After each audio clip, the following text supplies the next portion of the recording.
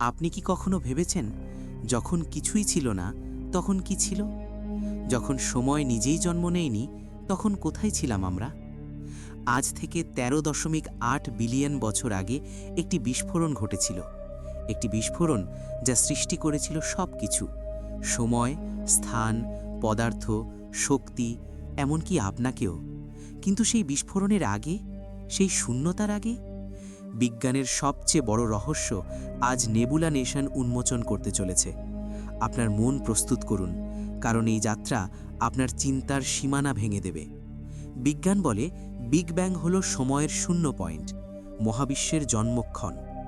কল্পনা করুন একটি বিন্দু, অসীম ঘনত্বের একটি সিঙ্গুলারিটি, যেখানে সব কিছু ছিল কিন্তু কিছুই ছিল না। হঠাৎ বুম! একটি মুহূর্তে সৃষ্টি হল সমস্ত স্থান, সময়, শক্তি এবং পদার্থ। মহাবিশ্ব প্রসারিত হতে লাগল আলোর চেয়েও দ্রুত গতিতে। এই প্রক্রিয়াকে বলা হয় ইনফ্লেশন। মাত্র ১ সেকেন্ডের মধ্যে মহাবিশ্ব হয়ে উঠল একটি উত্তপ্ত ঘন কণার স্যুপ। তাপমাত্রা ছিল কোটি কোটি ডিগ্রি, এত গরম যে পরমাণু টিকে থাকতে পারত না। কয়েক মিনিটের মধ্যে শুরু হলো প্রাইমোর্ডিয়াল নিউক্লিওসিনথেসিস, প্রথম রাসায়নিক উপাদানগুলোর জন্ম: হাইড্রোজেন, হিলিয়াম, জীবনের মৌলিক উপাদান। কিন্তু প্রথম কয়েক লক্ষ বছর মহাবিশ্ব ছিল অন্ধকার এবং কুয়াশাচ্ছন্ন। আলো ভ্রমণ করতে পারত না, ফোটন আটকে থাকত মুক্ত ইলেকট্রনদের মধ্যে। তারপর ৩৮০,০০০ বছর পর ঘটল এক অলৌকিক ঘটনা। মহাবিশ্ব ঠান্ডা হয়ে এলো। ইলেকট্রন এবং নিউক্লিয়াস মিলে তৈরি করল প্রথম নিরপেক্ষ পরমাণু। এবং সেই মুহূর্তে কুয়াশা সরে গেল, আলো মুক্ত হল। প্রথমবারের মতো ফোটন ভ্রমণ করতে পারল স্বাধীনভাবে মহাবিশ্বের এক প্রান্ত থেকে অন্য প্রান্তে। এই প্রাচীন আলো আজও আমাদের চারপাশে রয়েছে। আমরা একে বলি কসমিক মাইক্রোওয়েভ ব্যাকগ্রাউন্ড বা সিএমবি। এটি মহাবিশ্বের শৈশবের একটি ছবি, একটি জীবন্ত প্রমাণ যে বিগ ব্যাং সত্যিই ঘটেছিল। ১৯৬০-এর দশকে আবিষ্কৃত এই সিএমবি আমাদের দিয়েছে অসাধারণ তথ্য। এর মধ্যে লুকিয়ে আছে মহাবিশ্বের সিক্রেট কোড। ২০২৫ সালের মার্চে আটাকামা কসমোলজি টেলিস্কোপ প্রকাশ করেছে এখন পর্যন্ত সবচেয়ে স্পষ্ট সিএমবি ছবি। প্রিন্সটন ইউনিভার্সিটির গবেষকরা দেখতে পেয়েছেন এমন সূক্ষ্ম বিস্তারিত যা আগে কখনো দেখা যায়নি। ডক্টর সুজান স্ট্যাগস বলেন, আগে আমরা দেখতে পেতাম জিনিসগুলো কোথায় ছিল, এখন আমরা দেখতে পাচ্ছি সেগুলো কিভাবে নড়ছিল।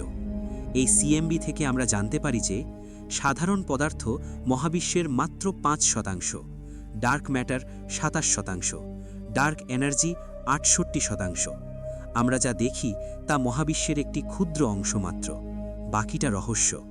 সিএমবির পরে মহাবিশ্ব প্রবেশ করল অন্ধকার যুগে। কুয়াশা সরে গিয়েছিল, কিন্তু এখনও কোনো তারা জ্বলেনি। সব কিছু ছিল নীরব, স্থির, অন্ধকার। তারপর প্রায় ১০০ থেকে ২০০ বছর পর ঘটল আরেকটি অলৌকিক ঘটনা। প্রথম তারাগুলো জ্বলে উঠল। এই পপুলেশন 3 স্টার ছিল বিশাল, উজ্জ্বল এবং স্বল্পজীবী। তারা আলোকিত করেছিল মহাবিশ্বকে প্রথমবারের মতো। শুরু হলো কসমিক ডন বা মহাজাগতিক ভোর। আর আজ আমরা সেই ভোরের সাক্ষী হচ্ছি।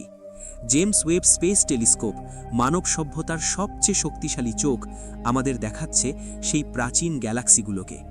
২০২১ সালে উৎক্ষেপণের পর থেকে এটি ভেঙে ফেলছে সব রেকর্ড। ২০২৫ সালে আবিষ্কৃত হয়েছে জেডস-জিএস-জেড14 গ্যালাক্সি, যার আলো আসছে মাত্র ২৮০ মিলিয়ন বছর পরের মহাবিশ্ব থেকে। যখন মহাবিশ্বের বয়স ছিল তার বর্তমান বয়সের মাত্র ২%। এই আলো ভ্রমণ করেছে প্রায় ১৩.৫ বিলিয়ন বছর আমাদের কাছে পৌঁছাতে। কিন্তু এখানেই শেষ নয়, আরও বড় রহস্য অপেক্ষা করছে। বিজ্ঞানীরা আশা করেছিলেন এত প্রাচীন সময়ে গ্যালাক্সি হবে ছোট, অস্পষ্ট, কিন্তু জেডব্লিউএসটি দেখাচ্ছে বিশাল, উজ্জ্বল গ্যালাক্সি। কিভাবে এত তাড়াতাড়ি এত বড় গ্যালাক্সি তৈরি হলো? আমাদের তত্ত্ব কি ভুল, নাকি মহাবিশ্ব আরও রহস্যময়? এবার আসুন আরও বড় একটি রহস্যের দিকে। মহাবিশ্ব সমানভাবে ছড়িয়ে নেই। গ্যালাক্সিগুলো তৈরি করেছে একটি মহাজাগতিক জাল, ফিলামেন্ট, শীট এবং বিশাল শূন্যতা। কসমোলজিক্যাল প্রিন্সিপাল বলে বড় স্কেলে মহাবিশ্ব হওয়া উচিত সমসত্ব। কোনো এলাকা অন্য এলাকার চেয়ে বিশেষভাবে আলাদা হওয়া উচিত নয়। তত্ত্ব বলে সবচেয়ে বড় কাঠামো হতে পারে প্রায় 1 বিলিয়ন আলোকবর্ষ চওড়া। কিন্তু 2024 সালে আবিষ্কৃত হল বিগ রিং, একটি রিং আকৃতির গ্যালাক্সি প্যাটার্ন যার ব্যাস প্রায় 1.3 বিলিয়ন আলোকবর্ষ এবং পরিধি 4 বিলিয়ন আলোকবর্ষ। এটি অসম্ভব। তত্ত্ব অনুযায়ী এটি থাকা উচিত নয়। আরও অবাক করা বিষয়, এর পাশেই রয়েছে জায়ান্ট আর্ক, যা বিস্তৃত 3.3 বিলিয়ন আলোকবর্ষ জুড়ে। তুলনা করুন, আমাদের মিল্কি ওয়ে সুপার ক্লাস্টার মাত্র 0.5 বিলিয়ন আলোকবর্ষ চওড়া। অ্যালেক্সিয়া লোপেজ, যিনি এগুলো আবিষ্কার করেছেন, বলেন এই দুটি বিশাল কাঠামো আমাদের বর্তমান বোঝাপড়ায় ব্যাখ্যা করা সহজ নয়। এদের বিশাল আকার এবং অস্বাভাবিক আকৃতি নিশ্চয়ই আমাদের কিছু গুরুত্বপূর্ণ বলছে। কিন্তু কি? এখানে 3টি সম্ভাবনা। 1, পরিসংখ্যানগত দুর্ঘটনা, কাকতালীয়ভাবে এত বড় হয়ে গেছে, কিন্তু একাধিক বিশাল কাঠামো আবিষ্কারের সম্ভাবনা খুবই কম। 2, নতুন পদার্থবিদ্যা, হয়তো প্রাথমিক মহাবিশ্বে এমন কিছু প্রক্রিয়া ছিল যা আমরা জানি না, যেমন কসমিক স্ট্রিং, স্পেস টাইমের অতি সূক্ষ্ম ত্রুটি যা বিগ ব্যাংয়ের পর থেকে রয়ে গেছে। 3, আগের মহাবিশ্বের চিহ্ন, এবং এটি সবচেয়ে চমকপ্রদ ধারণা। নোবেল পুরস্কার বিজয়ী পদার্থবিদ স্যার রজার পেনরোজ বলেন এই কাঠামোগুলো হতে পারে বিগ ব্যাংয়ের আগের মহাবিশ্বের প্রমাণ। তার কনফর্মাল সাইক্লিক কসমোলজি তত্ত্ব অনুযায়ী বিগ ব্যাং ছিল একটি সূচনা নয়, বরং একটি রূপান্তর, এক মহাবিশ্ব থেকে আরেক মহাবিশ্বে। কল্পনা করুন, অসীম সংখ্যক মহাবিশ্ব, একটির পর একটি, চিরকাল। এতক্ষণ যা শুনলেন তা মহাবিশ্বের অতীত। এবার ভবিষ্যতের দিকে তাকাই। 1998 সালে বিজ্ঞানীরা একটি চমকপ্রদ আবিষ্কার করেন। মহাবিশ্বের প্রসারণ ধীর হচ্ছে না, বরং ত্বরান্বিত হচ্ছে। কিছু একটা মহাবিশ্বকে ঠেলে দিচ্ছে। আমরা এর নাম দিয়েছি ডার্ক এনার্জি। এটি মহাবিশ্বের 68% নিয়ে গঠিত, কিন্তু আমরা জানি না এটি কি। এটি কাজ করে অ্যান্টি-গ্র্যাভিটির মতো, সবকিছুকে আলাদা করে দিচ্ছে। দশকের পর দশক ধরে বিজ্ঞানীরা মনে করতেন ডার্ক এনার্জি একটি ধ্রুবক, কসমোলজিক্যাল কনস্ট্যান্ট, এটি সময়ের সাথে পরিবর্তিত হয় না। কিন্তু 2025 সালে এসে সব কিছু বদলে যাচ্ছে। Dark energy spectroscopic instrument DES, যা পর্যবেক্ষণ করেছে লক্ষ লক্ষ গ্যালাক্সি এবং কোয়েসার, দেখাচ্ছে যে ডার্ক এনার্জি হয়তো সময়ের সাথে পরিবর্তিত হচ্ছে। অর্থাৎ ডার্ক এনার্জির ধাক্কা দুর্বল হয়ে আসছে। এর অর্থ কি? যদি ডার্ক এনার্জি দুর্বল হতে থাকে, তাহলে মহাবিশ্বের ত্বরণ হয়তো চিরকাল চলবে না।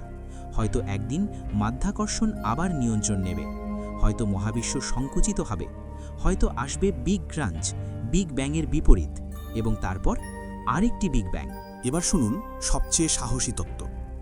2025 সালে ডক্টর রিচার্ড লু একটি বিপ্লবী ধারণা উপস্থাপন করেন। তিনি বলেন, একটি বিগ ব্যাং নয়, অনেকগুলো মিনি ব্যাং হয়েছে মহাবিশ্বের ইতিহাসে। কল্পনা করুন, মহাবিশ্বের বিভিন্ন সময়ে হঠাৎ করে সিঙ্গুলারিটি আবির্ভূত হয়, বিস্ফোরিত হয়, নতুন পদার্থ এবং শক্তি সৃষ্টি করে, তারপর অদৃশ্য হয়ে যায়। এই ট্রানজিয়েন্ট সিঙ্গুলারিটি এত দ্রুত ঘটে যে আমরা সরাসরি দেখতে পাই না, কিন্তু তারা রেখে যায় তাদের ছাপ, প্রসারণের হারে পরিবর্তন, নতুন কাঠামোর জন্ম। এই তত্ত্ব অনুযায়ী ডার্ক এনার্জির প্রয়োজন নেই, ডার্ক ম্যাটারের প্রয়োজন নেই। প্রতিটি বিস্ফোরণ একটি নতুন যুগ শুরু করে। বিগ ব্যাং ছিল শুধু প্রথম বিস্ফোরণ, তারপর এসেছে আরও অনেক। এটি এনার্জি কনজারভেশন ভঙ্গ করে না, কারণ প্রতিটি সিঙ্গুলারিটি এত দ্রুত অদৃশ্য হয় যে অসীম সংক্ষিপ্ত মুহূর্তে এটি গ্রহণযোগ্য। কিভাবে প্রমাণ করবেন? দূরবর্তী গ্যালাক্সিগুলোর রেডশিফট দূরত্বের সম্পর্কে ছোট ছোট লাভ খুঁজতে হবে। যদি একাধিক বিস্ফোরণ হয়ে থাকে, তাহলে ডেটায় সামান্য অস্বাভাবিকতা দেখা যাবে। এখনও এটি অনুমান মাত্র, কিন্তু এটি দেখায় যে বিজ্ঞানীরা বিগ ব্যাং মডেলকে চ্যালেঞ্জ করতে ভয় পাচ্ছেন না। তাহলে বিগ ব্যাংয়ের আগে কি ছিল? একটি উত্তর, আরেকটি মহাবিশ্ব। পেনরোজের সাইক্লিক মডেল বলে মহাবিশ্ব একটি অসীম চক্রে রয়েছে। 1, বিগ ব্যাং থেকে প্রসারণ, ডার্ক এনার্জি আধিপত্য। 2, সমস্ত পদার্থ ক্ষয়প্রাপ্ত হয়, প্রায় শূন্য অবস্থা। 3, এই শূন্য অবস্থা হয়ে ওঠে নতুন বিগ ব্যাংয়ের মতো। 4, নতুন ইয়ন বা যুগ শুরু হয়। শেষ হয়ে যায় শুরু, শুরু হয়ে যায় শেষ, মৃত্যু হয়ে যায় জন্ম। পেনরোজ দাবি করেন সিএমবিতে কনসেন্ট্রিক সার্কুলার প্যাটার্ন দেখেছেন, যা হতে পারে আগের মহাবিশ্বের গ্র্যাভিটেশনাল তরঙ্গের ছাপ। বেশিরভাগ বিজ্ঞানী সন্দিহান, কিন্তু ধারণাটি মুগ্ধকর।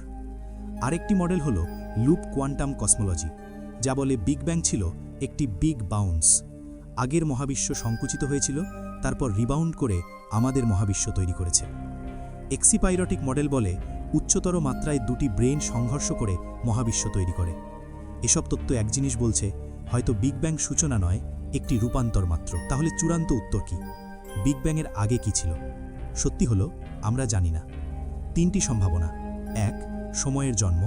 সময় নিজেই বিগ ব্যাংয়ের সাথে জন্ম নিয়েছে। আগে বলতে কিছু নেই, যেন জিজ্ঞাসা করা উত্তর মেরুর উত্তরে কি। 2. অসীম চক্র। সময় চলতে থাকে চক্রাকারে, বাউন্সের মধ্য দিয়ে, একাধিক বিস্ফোরণে। প্রতিটি শেষ একটি নতুন শুরু। 3. মাল্টিভার্স।